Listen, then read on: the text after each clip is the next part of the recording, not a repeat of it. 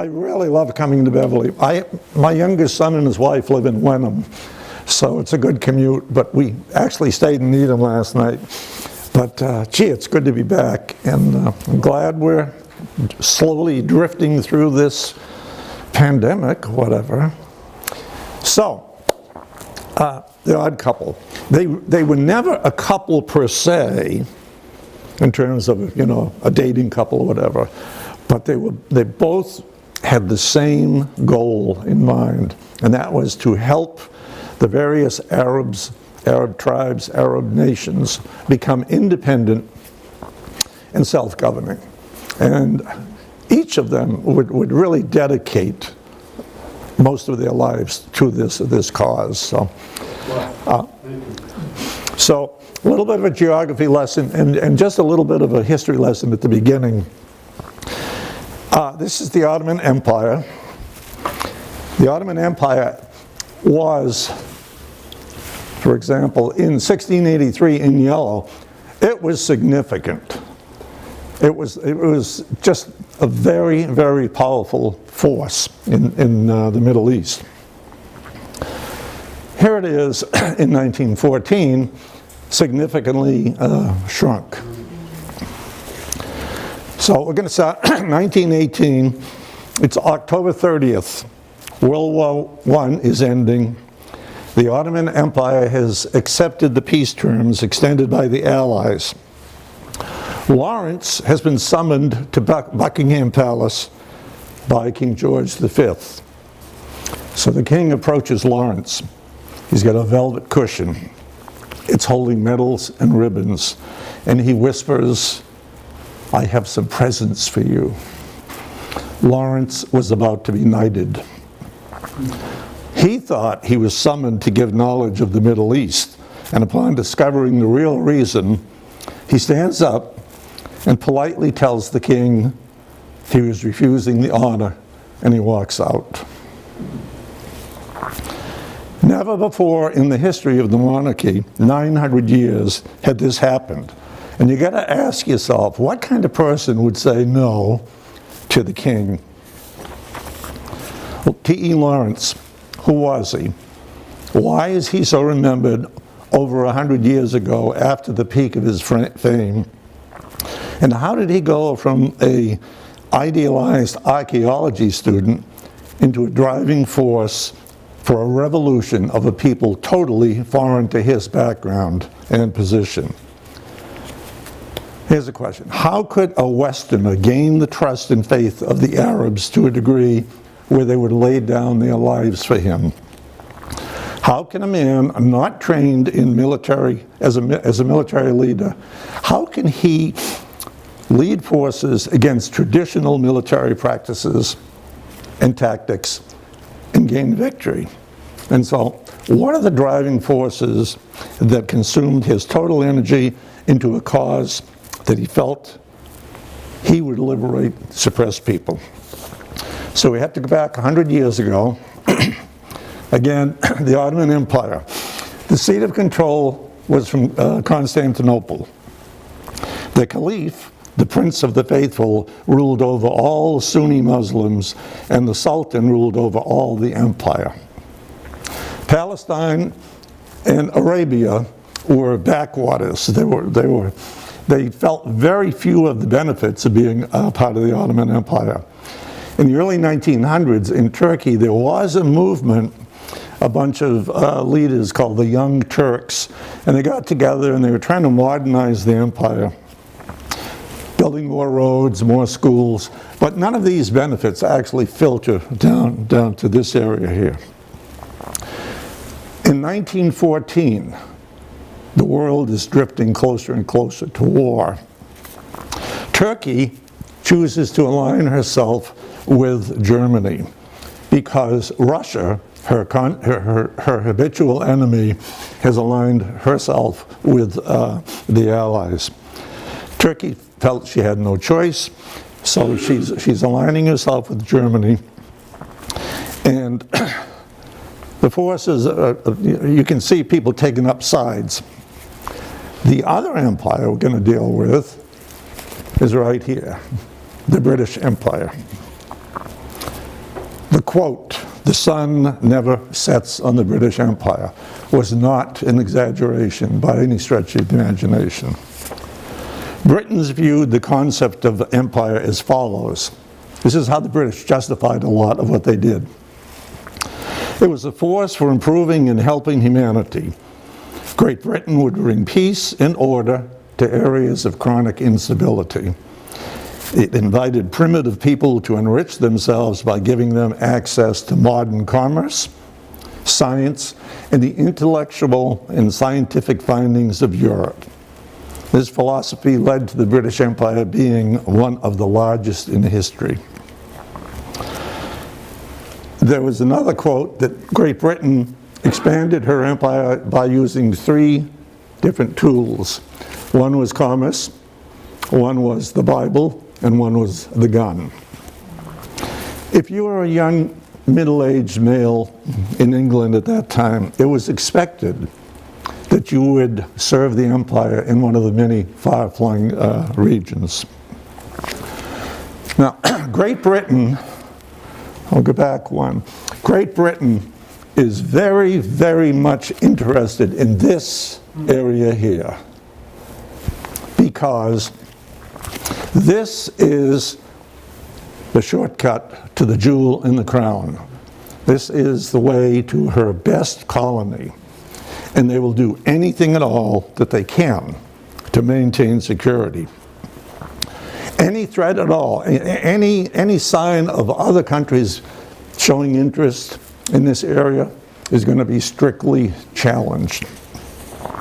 There's another reason why they like this area, and that is because while they don't know the extent, England realizes in this area here there is oil. And oil is always looming in the background, even though it might not be publicly stated.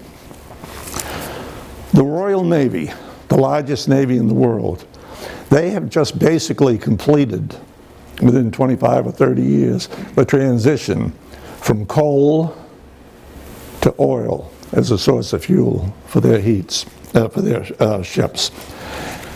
In World War I, access to oil is a high priority goal.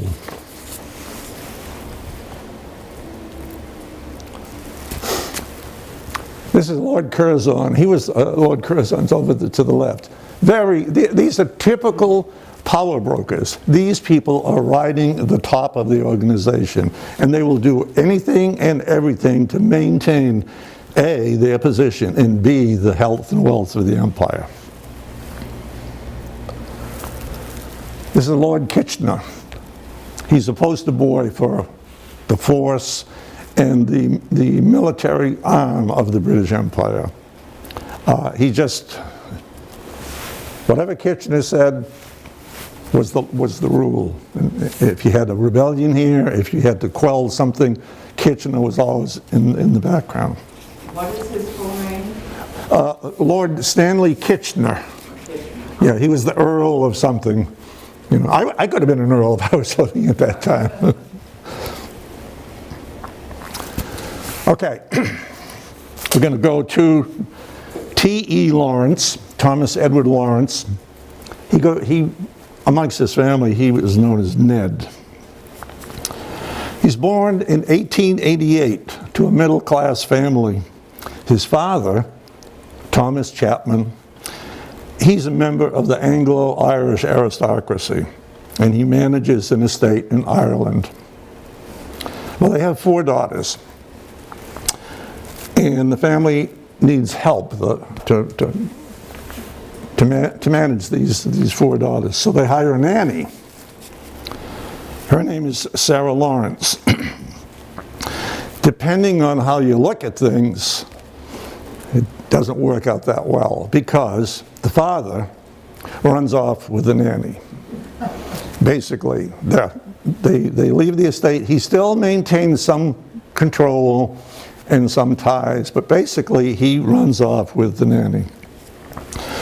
This is very scandalous, and they're always kind of on the run trying to move to a town or a location where the likelihood of this scandal rising to the surface wouldn't happen in like some gentleman's club or some higher echelon social gathering.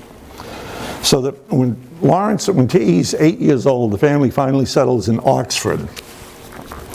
Oxford's a good chance for the boys to get a good education, less chance of scandal from being discovered at the clubs in London. The mother is extremely religious. Bible readings for the family every morning. She's got a strong personality. She and Ned clash. Quote, "We do rub each other the wrong way." She is the disciplinarian. The father is content to ride, to fish, to live a gentlemanly pursuit. Sarah runs the show. Very, very strict, very, very religious. Bible readings all the time. And she does not accept no for an answer. And Ned is always challenging or questioning her. So they really don't get along at all.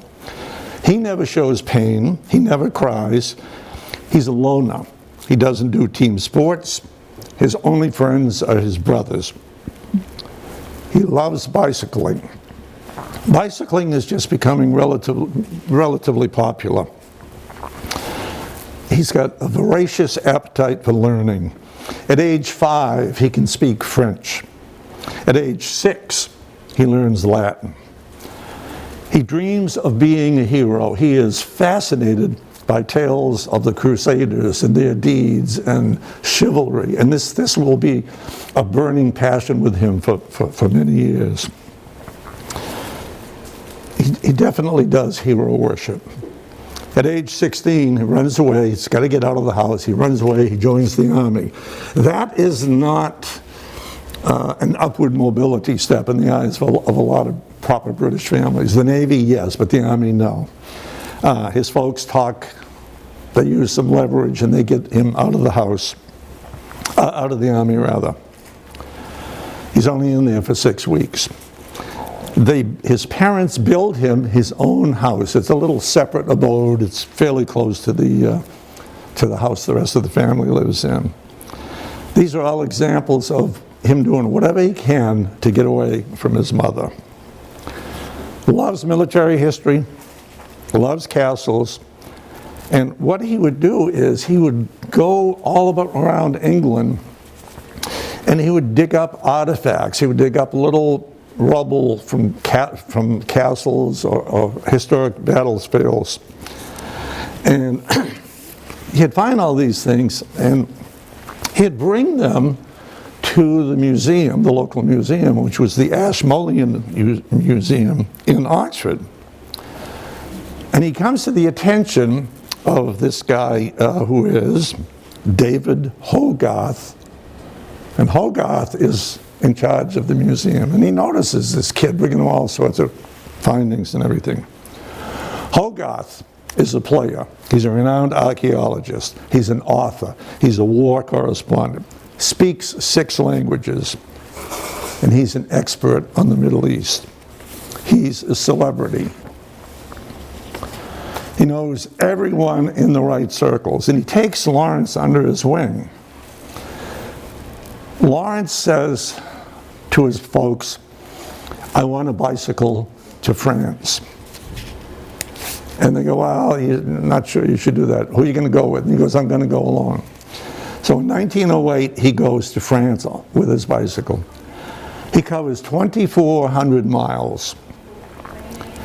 And he's in southern France and he sees the Mediterranean. And he feels the pull of it to the east. He goes back to Hogarth. He says, "I want to go to Syria." Hogarth goes, "Who do you want to go with?" He goes, "No, I want to go alone." Hogarth says, "No, Europeans don't travel alone. It's dangerous and it's uncomfortable. It isn't safe and it's not pleasant." Lawrence says, "I'm going." At that time in history, the Ottoman government because they'd been hammered by battles and struggles with other European powers, they would give almost like a guaranteed protection to foreigners, particularly Europeans, traveling in their country, that they would not be subject to Ottoman laws, and they would be somewhat protected. And this was a safe passage, pretty much guaranteed to him. Well, he goes to Syria in 1909. He walks 20 miles a day, catches malaria, suffers from heat, flees. He's robbed, but he gets his possessions back. He shoots at the robbers that robbed him. He stays with the villagers. You know, the rule, hospitality rule in the Middle East. No matter what, no matter who, no matter when, if you have a guest who wants to stay the night with you, you have to give them hospitality.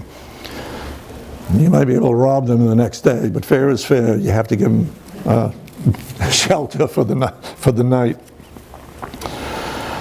He just loves the Arab culture and their traditions. He writes to his mother, quote, "I shall have such difficulty in becoming English again." He covers over 1,000 miles. He visits 36 Crusader castles. He's an excellent photographer. He's an excellent map maker. He has a lot of skills that allow him to do many things, many treks on his own. And he's beginning to identify with the Arab ways, the Arab life, and their culture. And as he does this, he's drifting further and further and further away from Anglo-Irish self. And he can also sense the decay and the lessening of influence and power of the Ottoman Empire.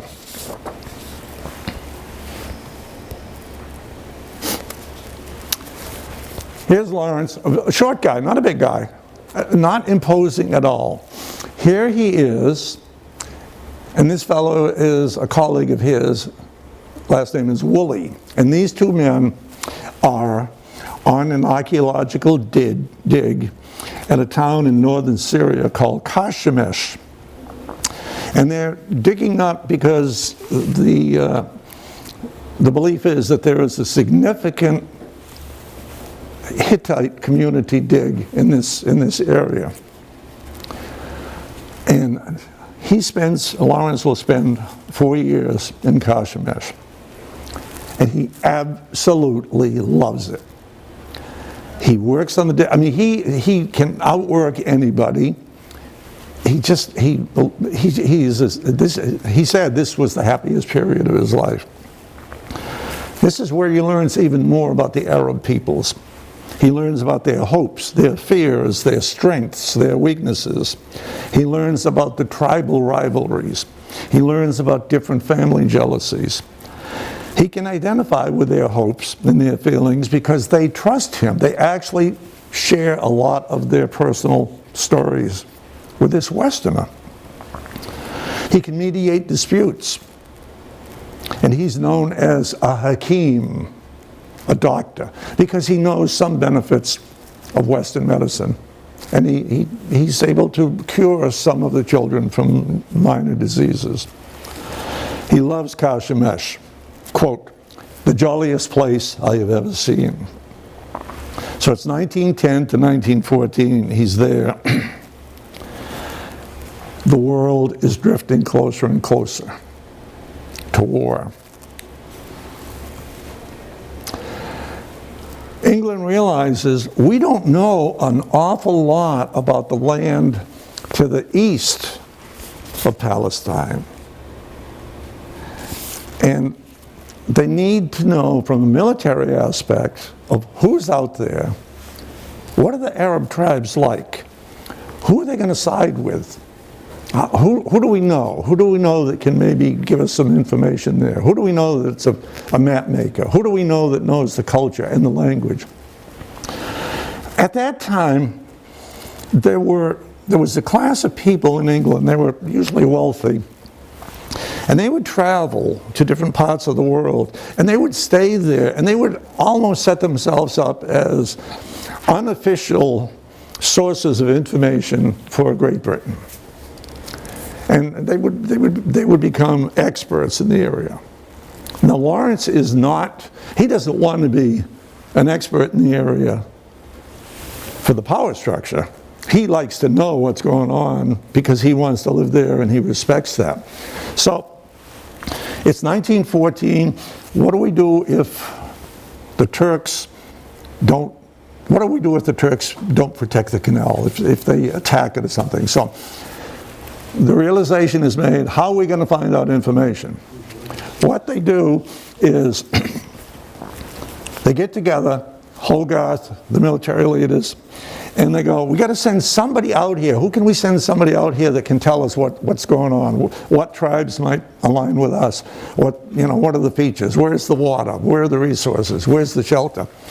And they come up with a plan, and it's called the Palestinian Exploration Fund. And what they want to do is they want to convince the Ottomans, the Turks, that this exploration group is going to try to find biblical significance, because everybody has a shared interest in the history of this area. And on the surface, the Palestine Exploration Fund is going to be mapping and charting and doing a lot of research, which will ultimately help Great Britain. Well, who's going to do it? Well, what about these guys in Kashmir? They're English. So they grab Lawrence and they grab Woolley, and they put them on the track. They put them on the trail, and it actually works out very, very well.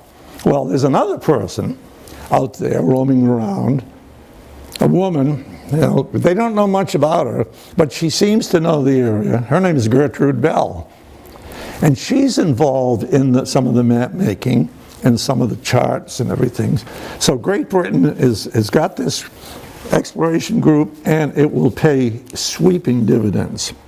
Again, from the Westerners' viewpoint, you have all the Bedouin tribes and the different tribes and the Sunnis and Shias and Kurds. But nobody really knows how they're going to react, and are they going to sign up with the British? Would they help the Allies, or are they going to stay loyal to the Turks? So it's a lot of unsurety going on.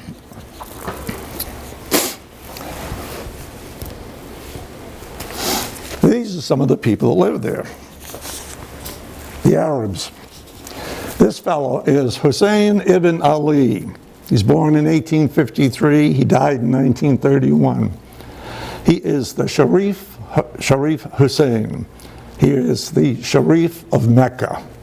He is a direct descendant of the Prophet Muhammad. Sharif means noble or honorable, and it recognizes the holder's relation to the household of the Prophet. Sharifs have authority over the tribes. Bedouins use the Sharif as the sole authority to be obeyed. Bedouins kind of march to their own drumbeat. They really don't respect a lot of central government. It's a tribal structure. He has 4 sons. He has Abdullah, he has Faisal, this is Faisal, he has Ali, and he has Zaid. Faisal is going to be the guy that's going to bob to the top. Faisal is going to be, they will all have some leadership role, some leadership qualities, but Faisal is the guy that you want to put your money on. His name means sword, or the downward motion of. As a child, he's sent to live with desert tribesmen. He learns the culture, he learns the songs, he learns the poems, he learns their way of life. He is an arbitrator of disputes. The tribes respect his authority and his judgment. He knows Turkish, he knows French, and he knows English. He will develop a close relationship with Lawrence. This is not a nice man. This is Auda Abu Tayi. He's the leader of the Hawitat tribe. He's been married 28 times. He's been wounded 13 times. He's killed 75 men, none of whom are Turks, because you don't count Turks. I mean, he's a piece of work. But he keeps, you know, how many of you ever saw the movie Lawrence of Arabia 100 years ago? Well, I think he was like this, I don't know if he was Omar Sharif. He was one of those key players. Anyway, he's a tough guy.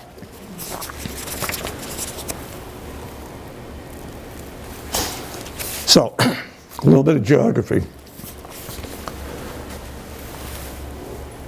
Red Sea, Suez, Syria, Palestine, Jerusalem, all the way down.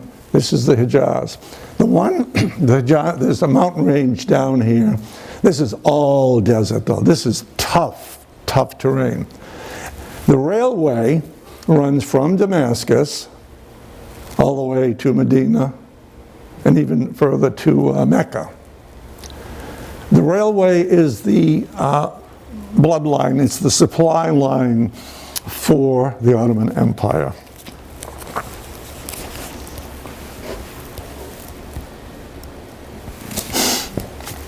Typical Bedouin encampment.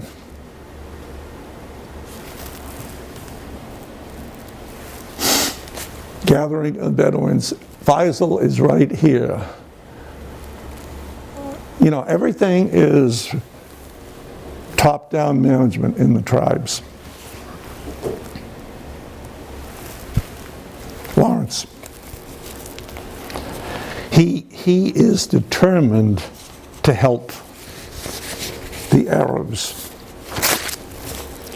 He went to visit Abdullah, Faisal's brother, and he came down with malaria. And this is just at the beginning of the war, at the beginning of the hostilities. And he's sick, he's caught dysentery, and he's in bed for 10 days. He's doing a lot of thinking. And he comes up with the following principles of guerrilla warfare. Don't hold on to captured sites. Strike where not expected, and then get out of there. Avoid big battles where the enemy has the advantage. Use small, fast groups who know the terrain. The goal is to tie down enemy forces who don't know where or when the next strike will be. Lawrence is a meticulous planner. He comes up with a list of supplies for each man. Each man must have 1 sack of flour, 45 pounds, and that'll last 6 weeks. 1 pint of water can last 3 days. Light weapons, rifles, pistols, daggers. If your weapon jams, throw it away. Don't try to fix it. Arabs don't have any mechanical abilities. Here's a good one. Use only female camels. They're much better at getting along with each other. The males are always bickering. And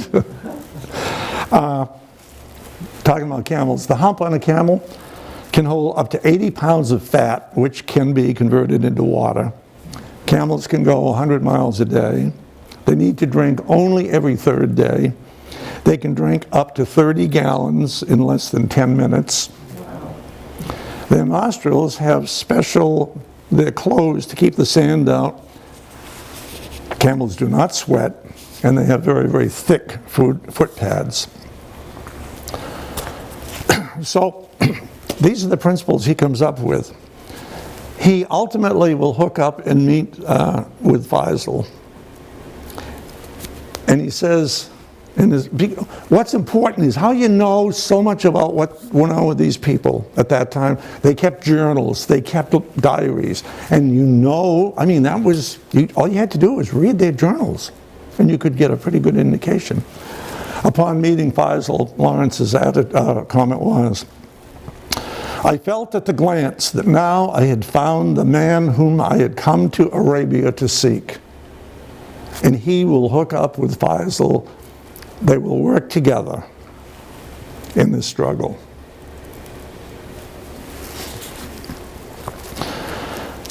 There were 1914, 1915, the Turks were vying for the Arabs to stay with them. The Allies were trying to get the Bedouins and the tribesmen to be loyal to them. So it was a question of two sides sitting on the fence, but they ultimately the Arabs would go, they would side with the British. And the decision was made June 10th, 1916. Hussein, whose palace is in Mecca, to signify that he is going to revolt against the Turks, he goes to the palace, takes his rifle, sticks it out, and fires a shot. And that's the beginning of the revolution. Now, to get the tribes, because they're not a homogeneous, they're always bickering and fighting amongst themselves. To get them as a group to fight a common enemy is a very, very significant struggle. But they do. One of the big motivations for the Arabs, for the Bedouins, was gold sovereigns. And England poured a huge amount of money into the Arab cause. So the first battle they had, let's see, it's a little town, well here's Aqaba. There's another little port over in here, it's called Wejh, W-E-J-H. And they capture that port, and that allows them to get supplies in through the Red Sea. Aqaba is the next target. The direction is north of the revolution. The further north they go and the more victories they have, the more tribes in these areas will take notice and join. And that's exactly what happened. So they catch this port, they catch it in January of 1917. It's the first time the Arabs have fought as a unified force. They're headed north. The Turks need to keep troops tied up at the various rail stops. Things are starting to look promising. Lawrence is starting to get more and more stature as a liaison, as an advisor, as a leader. In May, they leave Wejh and they head for Aqaba. Aouda, he's bringing his tribe into the revolt. The Arabs are getting more and more supplies and money from Great Britain. 50,000 gold sovereigns, 30,000 rifles. So they're headed north through the desert. There's a sandstorm. By the way, Lawrence is a phenomenal camel rider, as good as any of the Bedouins. So they're plodding along, sandstorm, and Lawrence notices an empty camel, and he doesn't know what happened. Well, the guy on the camel, his name was Gazim, G-A-S-I-M. He was pretty low in the food chain. He was a camel herder, different tribe, not a lot of friends. But Lawrence goes back in the midst of the storm, alone, and he finds Gazim wandering around. He's blind, the sandstorm, and he picks up Gazim, and they ride back and they join the rest of the force. And this really impresses the Bedouins, because who would do this? One, he's a Westerner. Two, he's a big guy. I mean, Gazim's nothing. Well, they attack Aqaba from the inland here. July 6th, the Turks surrender in Aqaba. So in the battle, Lawrence is riding his camel, and they're charging, and they're firing, and the bullets are racing back and forth. Next thing, Lawrence is flying through the air, and he lands on the ground. He doesn't know what the hell happened. And then a second later, he realizes he shot his camel through the head during the charge. So these are all learning curves if you're going to participate. He gets to, they need more supplies, and he has to go to Cairo to tell the British of this great victory. There's no communication system. And he goes, 150 miles takes him 4 days, but he gets there. And he hooks up with Allenby. Allenby is the highest ranking officer in this area. And Allenby is starting to notice this. The momentum's, the revolution is headed north, it's going further north, it's getting more tribes joining it, and it's working.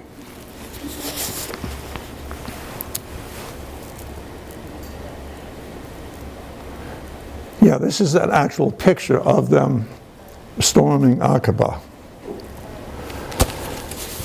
Now, this is what's at stake. Mecca, this is Saudi Arabia, Jerusalem up there, okay? Because the more successful the revolution is, all of a sudden, leaders of the British Empire are saying, well, yeah, okay, how are we going to divide this up at the end? France and England are highly interested in the progress of this struggle. So here is a map, a tentative map, and all of this area here,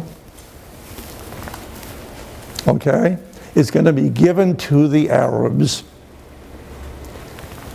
July 14th, 1915. Okay, that was made, that's a promise that the Allies said.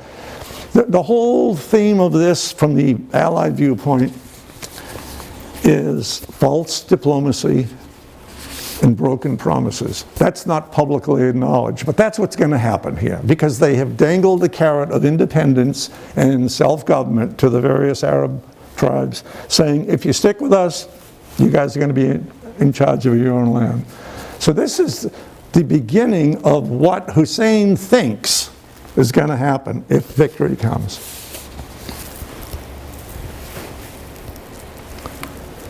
King Hussein's conception, okay? Again, this is going to be an independent nation.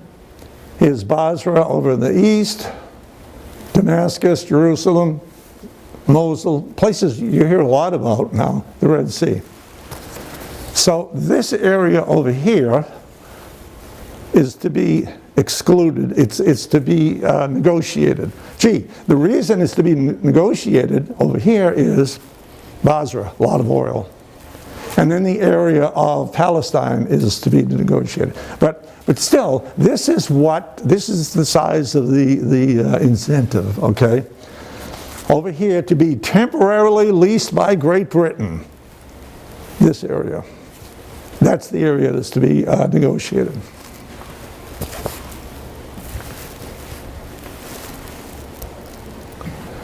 Well, this guy is Mark Sykes, S-Y-K-E-S. He's an Englishman. He considers himself an expert on the Middle East. He's been there for a while.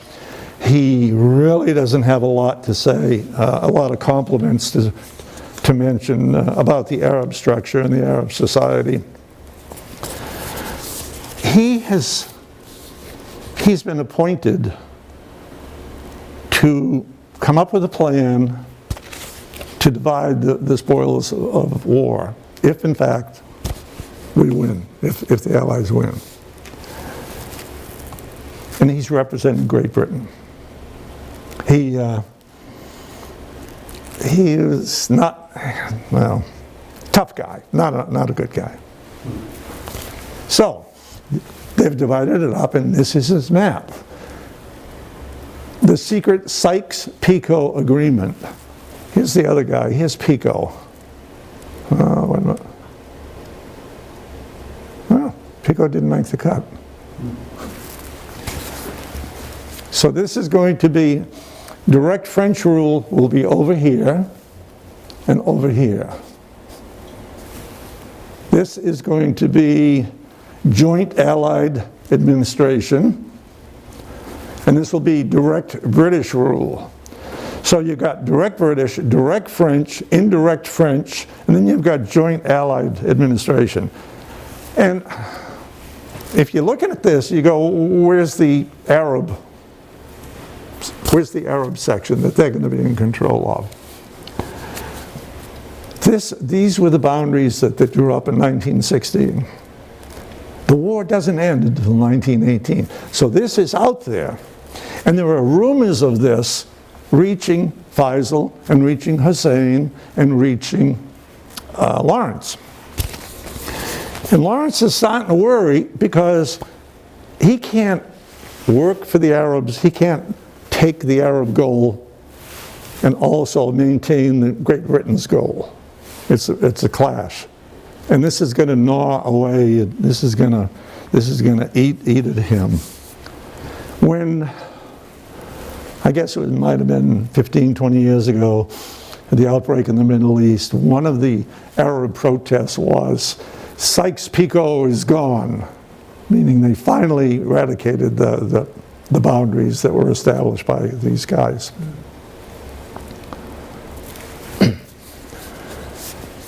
British control, red zone, B zone, under British influence, A zone. Look at how much of Syria is under French influence. France's logic was, to Great Britain was, hey, listen, you know, we've been with you guys on the Western Front, and we've been hemorrhaging casualties, and you know, we deserve something out of this too. And France always had strong commercial ties in Lebanon and in Syria. So, you know, it's basically the corpse is carved up. All right. The revolution is going on and on. Typical engine on the Hejaz Railway. This is September 1917. 60 miles east of Aqaba is the majoring watering station on the railroad. They leave Aqaba September 7th, temperature 123 degrees. They ride 2 days and they arrive at Abu Tai's camp. The Hawitat are bickering. They claim that Aoud is keeping all the money and all the sovereigns, all the gold. He's in his tent with a new bride and he won't come out. Lawrence has to go back to Aqaba to get more men and explosives. And then they come back and he's got dynamite. He reaches this small town called Mudawwar. He's got 120 men with him. They can't attack. There's not enough of them. So he sets charges under the railroad tracks. Then they cover the wires and everything. And they wait for the train. It takes 7 hours. The train comes. They blow up the bridge. This is Lawrence's words. Quote, Arabs were beginning to tear open the carriages and fall to plunder. It took 10 minutes. The train was full of troops, civilian refugees, officers' families. The Bedouin, raving mad, were rushing about at top speed, bareheaded and half naked, screaming, shooting in the air, clawing another nail and fist as they looted the living and the dead. Wives and children of the officers are begging for mercy, officers trying to kiss his feet. Lawrence kicked them away in disgust. Most who surrendered were killed. He's gone over. Here was a guy, an archeologist, not a military guy. He's setting the charges. He's blown up. He's helping to loot.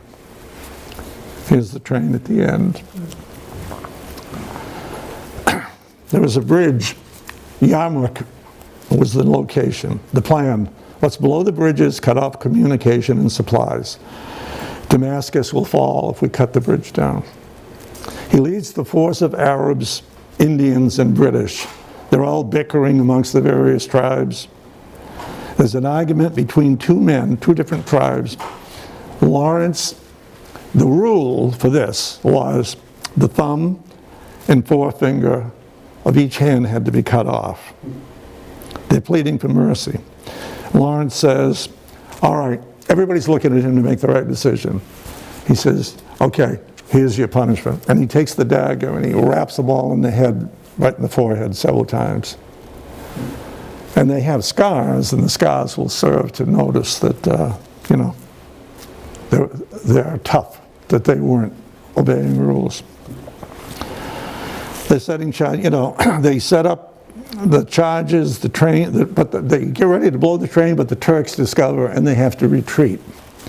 So a little later on that evening, they're near the outskirts of a town, and Lawrence wants to go in and do a little bit of reconnaissance in the town. And he's dressed as an Arab anyway.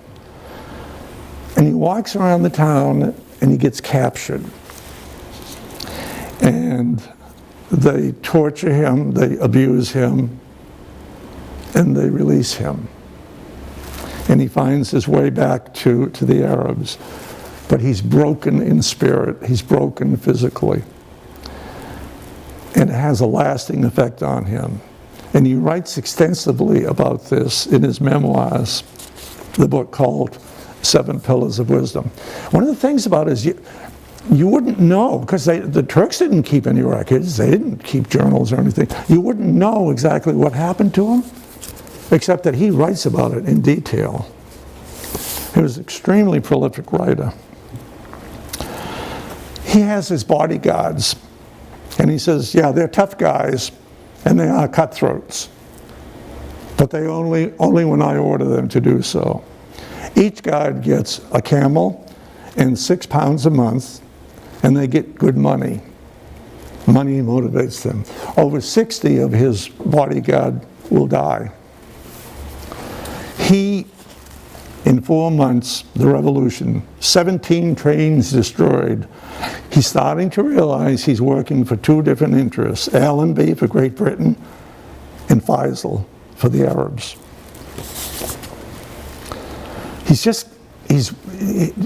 He would be a poster boy for PTSD now. It's really wreaking havoc on him.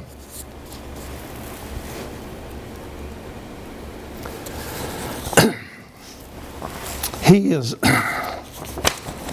approaching a village that some of his men, that's their tribal village, tribal location. And the Turks had committed atrocities against the villages. And the closer the Arabs get and they see this, they're going berserk. They attack the Turks and they massacre all of them. Lawrence is alleged to have given the order, "Take no prisoners." He said, quote, "The best of you brings me the most Turkish dead. In a madness born of the horror of Tafis, we killed and killed, even blowing in the heads of the fallen animals, as though their death and running blood could slack the agony in our brains." He's toast. He's never going to be the same again. In 1918, Allenby falls. Damascus falls. Damascus was the goal. It falls. This is Allenby. He's the highest ranking officer. Takes control of the city. With him, Allenby, Faisal, and Lawrence. And Allenby advises Faisal that France will control Lebanon. France will be the protecting power over Syria. Faisal and the Arabs will have administration power of Syria under the guidance of France. Lastly, Lawrence will be replaced by a French liaison officer. And Allenby says to Lawrence, he says, "Didn't you tell Faisal this was going to happen?" Lawrence goes, "No, sir, I did not." He's demoralized. He asks for leave. He wants to go back to England. He gets leave. Another bump in the road here, aside from the diplomacy. This is Lloyd George sending a letter to Lord Rothschild. Foreign Office, November 2nd, 1917. Dear Lord Rothschild, I have much pleasure in conveying to you, on behalf of His Majesty's government, the following declaration of sympathy with Jewish Zionist aspirations, which has been submitted to and approved by the Cabinet. His Majesty's government view with favor the establishment in Palestine of a national home for the Jewish people, and will use their best endeavors to facilitate the achievement of this object, it being clearly understood that nothing shall be done which may prejudice the civil and religious rights of existing non-Jewish communities in Palestine, or that rights and political status enjoyed by the Jews in any other country. I should be grateful if you would bring this declaration to the knowledge of the Zionist Federation. So, another surprise. The Zionist operation, this is Lord Rothschild, and they had been working very diligently to find a safe haven, to find a homeland. Russia and Romania were just brutalizing Jews and forcing them out of the country. And ultimately, this came to pass. And this was not anywhere near as disturbing to the Arabs as the Sykes-Picot arrangement was. But again, it was, they said to Hussein, they said, what have you heard about the new territorial borders? And they mentioned the fact that it was going to be a broken deal. Other Arabs did to him. And Hussein said, no, the British are honorable, number one. Secondly, as these things became more and more apparent, Hussein said, and Faisal, listen, this will all be taken care of in the Paris Peace Conference at the end of the war in 1921. And so that was where Faisal and others thought, this is where we'll really work things out, at the Paris Peace Conference. President Wilson, was a staunch supporter of freedom for the Arabs and self-government. And the Arabs really thought, well, he's in our camp, he's in our back. The British and the French were going to stick to their guns. They knew what they wanted, and they weren't going to give up any more than they felt they had to. And the thing is, Lawrence is totally, he's totally devastated by this. All he wants to do is get the hell out of there. All he wants to do is seek anonymity. Problem is, this movie guy in America, Lowell Thomas, realizes there's a lot of money to be made off this guy's story. Very turbulent times. This was the Lloyd George. He was the prime minister, and there's a quote one of his peers wrote that, yeah, he's a good man, but his complexion looks like the reflection of the moon on a tombstone. I mean, that was the description of this guy's appearance. So here he is. Lawrence loved, that's a gold dagger, he loved the Arab culture. But now, he's like the skunk at a garden party. He is really not what England and France want to have present at the Paris Peace Conference. So he's just, he does go, he attends, but his role is negligible. And here they are. Here's Faisal. There's Lawrence to his right. This is a French official. The others are minor players. Faisal will, given the handicaps he's facing, he does a pretty good job. He's honorable. But once the conference is over, Faisal is pushed out by the French. This is Gertrude Bell. This is a little bit of a teaser. Picture of her. She is at the Paris Peace Conference, and she and Lawrence do whatever they can to facilitate and help the cause for Arabs' freedom. And Lawrence will leave the Middle East and basically never go back after the Paris Peace Conference. She will spend the rest of her life in the Middle East. When she died, she left what would have been like, in today's money, $90,000 to set up a museum in Baghdad. She was, I mean, if you like him, she was unbelievable. Fearless. She climbed the Matterhorn. She knew 7 languages. Her family was the 6th richest family in England. When her father would visit, she would have his favorite rug and chair sent over so that he would be comfortable in his tent. The Arabs loved her. They kept scratching their head. She would walk in wearing a fur coat, long cigarette lighter, and bring gifts. The Turks hated her because she loved archaeology.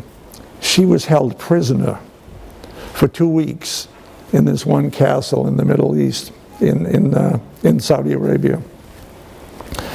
Finally, the prince of the castle said, "Yeah, go, be out of here, get out of here."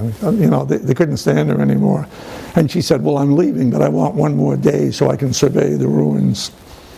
She's just fearless. Anyway, so she will be, I'll show a little bit of the interfacing between the two of them, between Lawrence and her.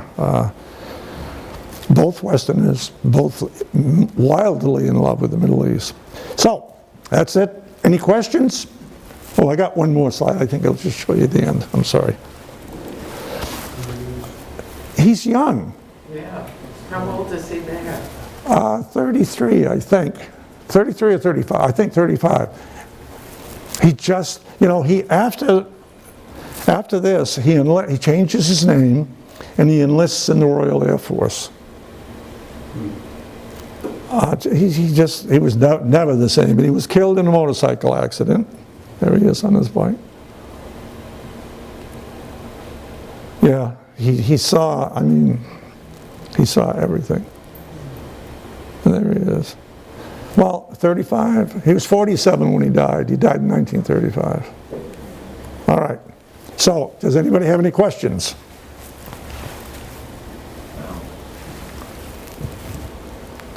It was an amazing period of history, and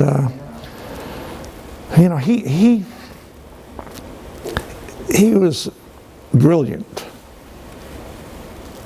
He was also very manipulative, and when he was so after he had done his map making and everything, he's reporting to the British in Cairo, and there's a British general, and he says, "Well, who knows about the maps?" And Lawrence gets up to talk to him, and the general looks at him and he says, "You're a civilian." And Lawrence goes, "Yes, I am." And he says, "Well, I'm not going to listen to a civilian." So that afternoon, Lawrence was appointed commissioned as a 2nd lieutenant with a uniform. But even in uniform, he was a train wreck. Sir. What was President Wilson's posture at the Paris Peace Conference with respect to Arab independence? It was, putting it mildly, from the Arab perspective, a huge disappointment. He didn't do anything. Didn't push at all. His major thrust was the League of Nations. Right. But in terms of helping the Arabs, no way.